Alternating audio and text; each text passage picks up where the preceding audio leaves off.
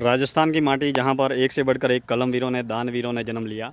और राजस्थान के सिरोही ज़िले में रोहिड़ा गांव में महान इतिहासकार डॉक्टर गौरीशंकर हीराचंद जी ओझा का जन्म हुआ, जिन्होंने इतिहास से संबंधित बहुत सारी किताबें लिखी और इस रोहिड़ा की माटी का नाम पूरे राजस्थान में, पूरे हिंदुस्तान में रोशन किया।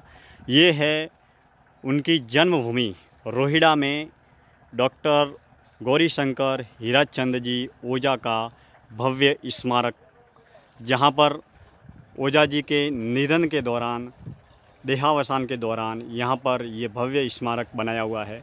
और ये स्मारक रोहिड़ा में है, जहाँ पर कई इतिहास से जुड़े हुए विद्यार्थी और इतिहास में रुचि रखने वाले बहुत सारे शोधार्थी यहाँ पर आकर ओझा जी की जन्मभूमि का दर्शन करते हैं।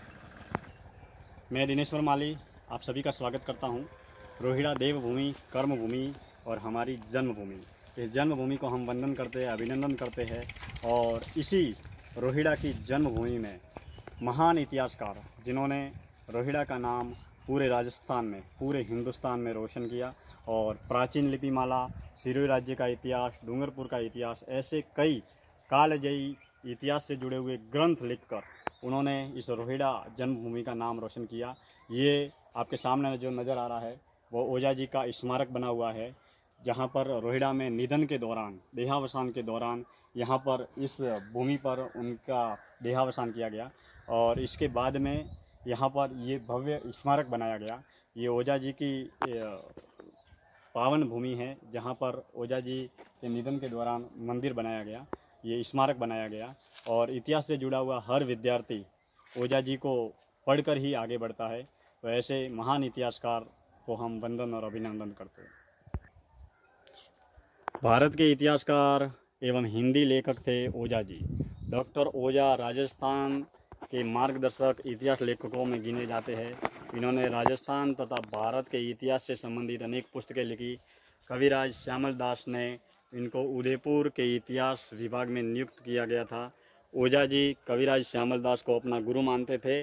17 अप्रैल 1947 को अपनी जन्मभूमि रोहिड़ा में ओझा जी का देहावसान हो गया। उन्होंने सोलंकियों का इतिहास, सिरोही राज्य का इतिहास, राजपूताने का इतिहास, उदयपुर राज्य का इतिहास, डूंगरपुर राज्य का इतिहास, बांसवाड़ा राज्य का इतिहास के साथ में बहुत सारी किताबें, बहुत सारे ग्रंथ लिखे। और इन्होंने प्राचीन लिपिमाला जैसे ऐतिहासिक ग्रंथ की रचना भी की। ऐसे महान इतिहासकार को हम सत सत वंदन करते हैं, अभिनंदन करते हैं।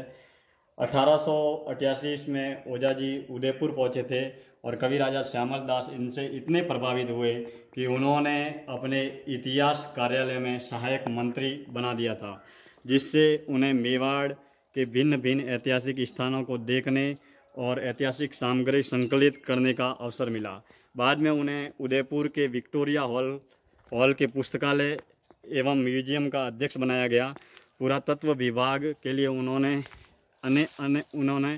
शिलालेख, सिक्कों, मूर्तियों आदि ऐतिहासिक सामग्री का संग्रह करने का अवसर मिला। यहाँ रहते ही ओझा जी ने प्राचीन लिपिमाला नामक ग्रंथ लिखकर पुरातत्व जगत में विशिष्ट ख्याति प्राप्त की। यह पुस्तक 1894 ईस्वी में प्रकाशित हुई।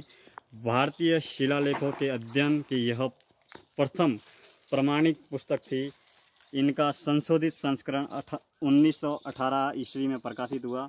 पुस्तक में देवनागरी अक्षरों की ब्रह्मलिपि के उद्धरण का अत्यंत सुंदर प्रदर्शन है। ऐसे महान इतिहासकार को हम वंदन और अभिनंदन करते हैं। और इनका ये भव्य स्मारक रोहिड़ा गांव में बना हुआ है और बहुत सारे इतिहास से जुड़े हुए विद्यार्थी इस रोहिड़ा गांव में आते हैं और महान इतिहासकार ओझा जी के इस स्मारक का, उनके निवास स्थल का दर्शन करके अपने आप को धन्य समझते हैं। ऐसे रोहिड़ा की धरती पर जन्म लेने वाले ओझा जी जैसे महान इतिहासकार को हम सत सत वंदन करते हैं, अभिनंदन करते हैं और इस पावन भूमि को हम चरण झुकाकर अभिनंदन करते हैं। धन्यवाद।